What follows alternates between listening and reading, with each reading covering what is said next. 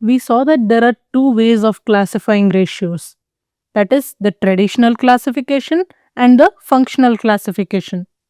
We discussed the traditional classification. Now, let us discuss the functional classification.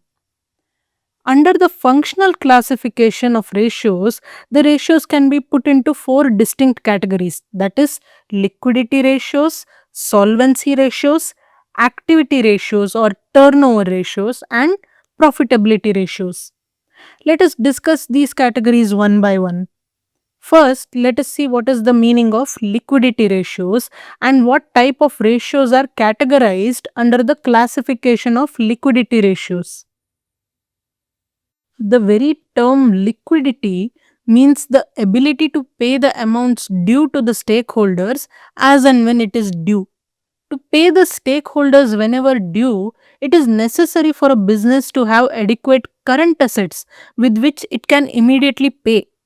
This availability of adequate current assets is measured by the liquidity ratios. So, liquidity ratios are ratios that are computed to measure the liquidity position of a business. There are two types of liquidity ratios, that is, the current ratio and the quick ratio or the acid test ratio. The first liquidity ratio that we will discuss is the current ratio. Current ratio is a ratio that measures the short term liquidity position of a business, whether the business has enough liquidity in the next 12 months. It helps the business to understand whether the business has enough current assets to meet the payment requirements of its current debts that is payable within the next 12 months without having to liquidate any long term assets. The formula to compute the current ratio is current assets divided by current liabilities. Now, what is current assets? Current assets are cash and other assets that are expected to be converted to cash or bank within a year.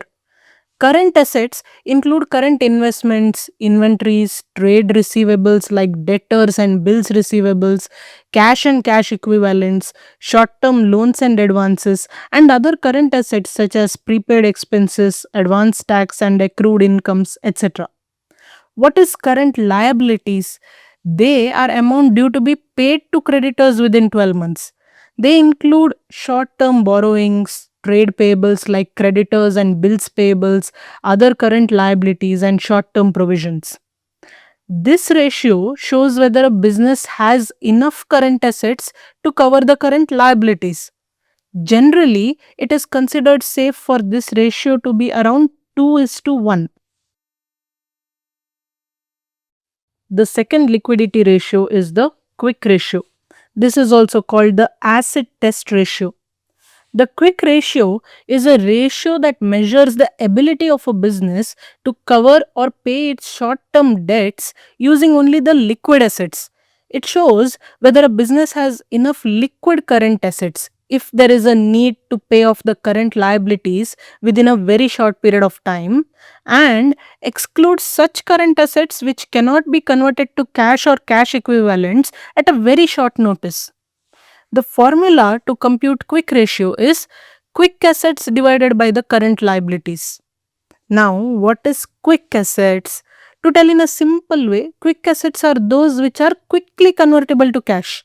They include only liquid current assets and exclude non liquid current assets like inventory, prepaid expenses, advance taxes paid, etc.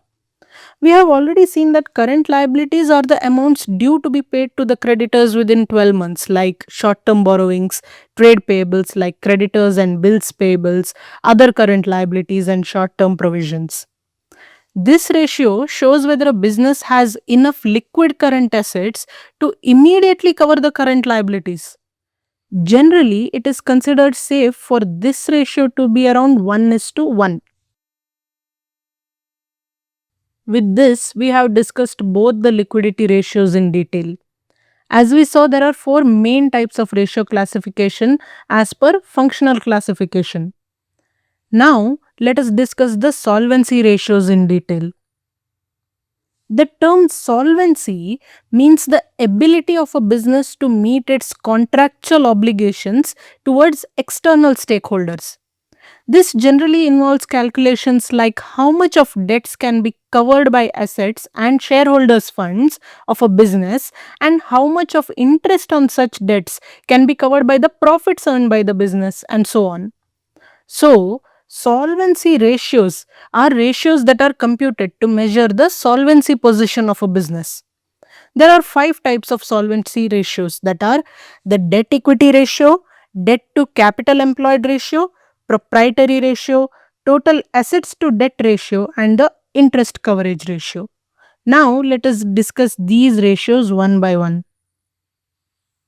The first solvency ratio that we will discuss is the debt equity ratio. The debt equity ratio measures the relative contribution of shareholders in the capital employed in the business. This shows the ratio of equity that a business has in relation to the external long term debts that a business owes. The formula to compute the debt equity ratio is long term debts divided by shareholders' funds. The shareholders' funds here is calculated as share capital plus reserves and surplus plus money received against share warrants. It can also be calculated as non-current assets plus working capital minus non-current liabilities. Here in this calculation, share capital is equity share capital plus preference share capital, and working capital is current assets minus current liabilities. The debt equity ratio shows the extent of indebtedness of an organization as compared to its own funds. The lower the external debts in comparison to own funds shows a greater security and a higher ability of the organization to repay its external debts. Generally, a ratio of 2:1 in this regard is considered safe, but as this ratio falls lower and lower, it is more preferable. A higher debt equity ratio, however, is acceptable when the rate of earnings of a business is higher than the interest it pays out on the external debts. The next solvency ratio that we will discuss is the debt to capital employed ratio. The debt to capital employed ratio measures how much of the capital employed consists of debt. It shows the ratio of long term debt in relation to the total internal and external funds of a business. The debt to capital employed ratio can be computed in two ways. We can either divide long term debt by capital employed or by net assets, or divide total debts by total assets. Now, how is capital employed the same as net assets? Capital employed, we know, is long term debt plus shareholders' funds, which means on the liability side of the balance sheet, the capital employed is total liabilities minus the current liabilities. Net assets means total assets minus current liabilities. This shows that we can either divide long term debt by capital employed or by net assets. In the alternate formula, the total debts is calculated as long term debts plus current liabilities, and the total assets refer to the total of all the non current and current assets, or the total of shareholders' funds, long term debts, and current liabilities. The debt to capital employed ratio shows the extent of external indebtedness of an organization as compared to the total internal and external funds put into the business. A low ratio shows that the extent of external funds is lesser as compared to the total funds of a business. A ratio of less than half of external debt in relation to total debt shows that the debt funding of the business is reasonable and provides a security to the lenders regarding the repayment of debt. The third solvency ratio that we will discuss is the proprietary ratio. The proprietary ratio is an indication of how much financially stable a business is. It shows how much of shareholders' funds is utilized to finance the assets. The formula to compute the proprietary ratio is shareholders' funds divided by capital employed or by net assets. We have seen in debt equity ratio that shareholders' funds means internal funds and is calculated as share capital plus reserves and surplus plus money received against share warrants. Alternatively, it can also be calculated as non-current assets plus working capital minus non-current liabilities. Capital employed, we saw in the debt to capital employed ratio, is the total of all internal and external funds, that is, long term debts plus shareholders' funds. Alternatively, for the calculation of proprietary ratio, shareholders' funds can also be divided by net assets. Net assets is nothing but total assets minus the current liabilities. The proprietary ratio shows the extent to which internal own funds are deployed in comparison to the total internal and external funds put into the business. A higher ratio shows that internal funds are used more when compared to the total funds of a business. It shows that a higher proportion of shareholders' own funds are used in financing the assets and hence provides a higher level of security to the creditors.